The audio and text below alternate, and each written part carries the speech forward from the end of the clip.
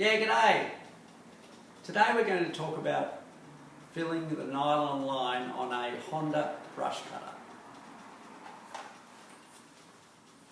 Firstly, you have to dismantle the head by taking the spool and cover off. What you have to do that is press in on two tabs, one on this side and one on the other side. So if you press your thumb on one side and your finger on the other, and then simply remove the spool and cover. Make sure the spring is still there, because sometimes they fly out when you're actually trying to pull the head apart. Now you remove the spool out of the retainer, and this is where you have to put the nylon line. Now you'll find on this spool that there's two arrows. There's a left-hand arrow and a right-hand arrow. And when you want to fill the head with the line, you actually wind the line in the direction of the right-hand arrow, which as you're looking at it is anti-clockwise.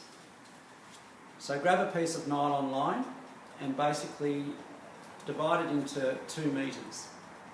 I usually do this by just going across my chest, arm's length, and you have 2 ends and the centre of the line or loop.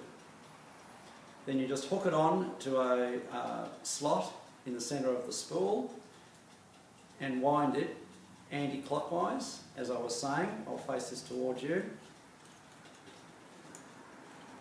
Now wind the line on as neatly as you can. The neater you have it, the more likelihood of the line coming out when you tap it on the ground. The other thing is, make sure you use a good quality line. Quite often the cheaper line will overheat, because there's a lot of heat in these spools when you've got the engine running and the machine revving, and that causes the line to overheat and stick together. Once you get to the end or close to the end of the line, you just hook it into 2 little slots, one on that side and one on the other side. Now that's purely there to retain it so that you can put it back into the head. So grab your head cover back, put the spool in there, and then just put the line. There's slotted eyelets, so you pop one in one side and one in the other. Now there's a bit of excess line hanging out, but when you start the machine up and tap it on the ground, the cutter on the guard will cut those excess lines off.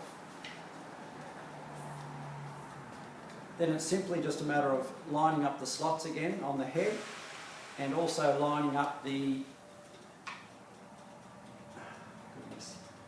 eyelets with the slots in the head. Okay. End of story. After you've assembled it like so, just pull the line taut and make sure that the bump knob is bumping up and down, or moving up and down. And that's it. Thank you.